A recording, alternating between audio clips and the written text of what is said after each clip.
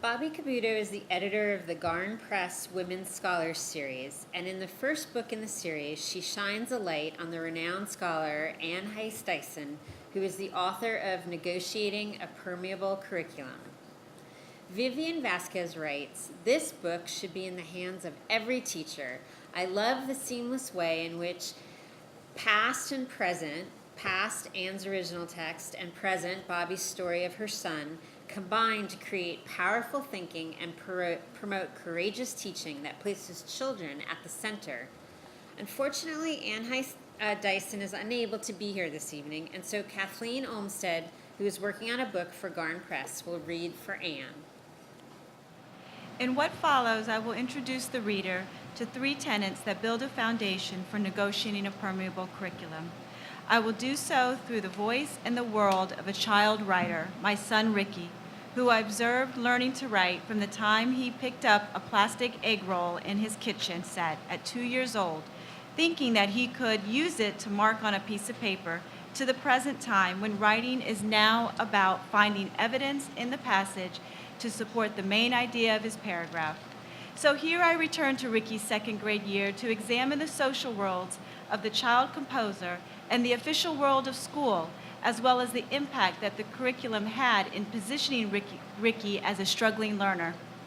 Teachers who enact a permeable curriculum reject the idea that students, like this bilingual student, need to fit into neat categories and follow a predicted line of developmental learning when learning the range of surface features of writing, which include spelling, grammar, and handwriting.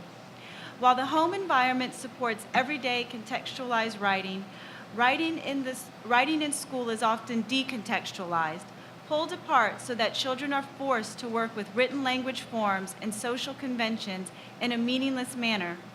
Ricky's difficulty was not necessarily with his underlying ability to read and write. It was the ways in which the rigidity of the curriculum and how his teachers interpreted the curriculum positioned him as a struggling learner. The perspective of the official world also contrasts with that of Dyson's work, which readers will encounter in this volume. Dyson shows us both hope and the possibilities of a permeable curriculum where teachers with such curiosity talk with, not simply about, parents and community members, seeking insight into children's lives beyond the school walls and into the language use that pervades those lives. Exploring Ricky's experiences as a learner through the concepts put forth in negotiating a permeable curriculum raises the critical question: when does a learning difficulty become a problem with the curriculum rather than a problem with the child? In other words, how does a curriculum socially construct the identities and abilities of children like Ricky? I am left wondering what would have happened if the permeability of the curriculum had created a space where Ricky's unofficial world could have entered into the official world of school.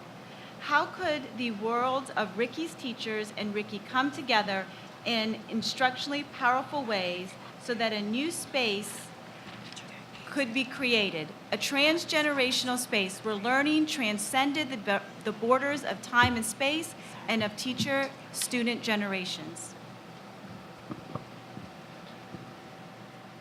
In a troubled world of poverty and violence, of racism and sometimes breathtaking indifference, we cannot pave children's way.